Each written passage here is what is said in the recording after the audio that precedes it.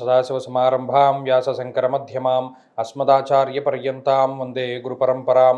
జ్యోతిషాస్త్రాన్ని భావితరాల వారికి ప్రసాదించిన ఋషుల యొక్క పాదపద్మాలకి నమస్కారం చేసుకుంటూ, అలాగే నాకు ఈ జ్యోతిష విద్యను నేర్పిన గురువర్యులు జ్యోతిష బ్రహ్మ కీర్తిశేషులు శ్రీ ఈరంకి సూర్యనారాయణమూర్తి గారు, సూర్యశ్రీ దైవజ్ఞ గారి యొక్క పాదపద్మాలకి నమస్కారం చేసుకుంటూ, ఓం శ్రీ మహాగణాధిపతి నమః, శ్రీ గురుభ్యో నమః, హరి ఓం.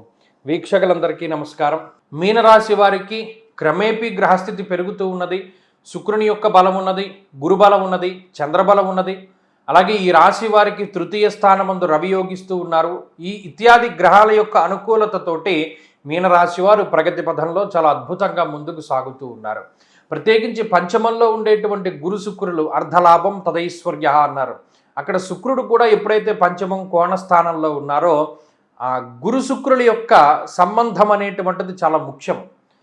కోణస్థానంలో లక్ష్మీదేవి యొక్క ప్రతిరూపంగా శుక్రుడు మనకి ఫలితాన్ని ఇస్తారు. కాబట్టి ఆర్థిక ఎదుగుదల, ఆర్థిక పరిపుష్టి, ఉద్యోగంలో ఎదుగుదల, లేదా మీకు ఏదైనా కొంత బోనస్సులు, లేదా మీకు సంబంధించినటువంటి ఆదాయ మార్గాలు పెరిగేటువంటి పరిస్థితి, రుణబాధలు తగ్గడము, ఆలోచన విచక్షణ జ్ఞానం ఉంటూ ఉండడము, ఇత్యాది విషయాలన్నీ కూడా కనబడుతూ ఉంటాయి. కాబట్టి ఆర్థికంగా బలోపేతం అవుతూ ఉన్నారు మీనరాశి వారు. ఆలోచనల పరంగా కూడా ఒక మెట్టు పైకెక్కుతూ ఉంటారు. సౌమ్యంగా ఉండండి. నిర్ణయాత్మకమైనటువంటి శక్తి ఉన్నది. ఇప్పుడు మీ దగ్గర మీ సొంత నిర్ణయాలు తీసుకోగలిగేటువంటి శక్తి సామర్థ్యాలు ఉన్నాయి. గురు శుక్రులు పంచమం అంటే బుద్ధి స్థానంలో ఉన్నప్పుడు మీరు తీసుకునే నిర్ణయాలు 90% పాజిటివ్గానే ఉంటాయి. సక్సెస్ రేట్ని ఎక్కువగా కలిపి ఉంటాయి. కాబట్టి ఆలోచించండి, మంచి నిర్ణయాలు తీసుకుంటారు.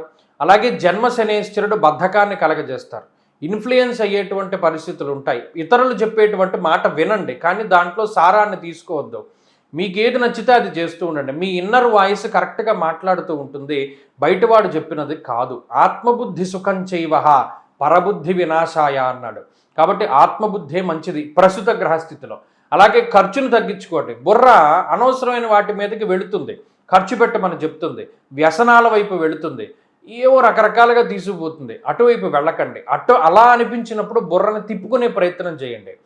కాబట్టి ఎక్కువగా మనుషుల మధ్యలో ఉంటూ ఉండండి, ఒంటరిగా ఉండకండి. తద్వారా మరిన్ని మంచి ఫలితాలు వస్తాయి.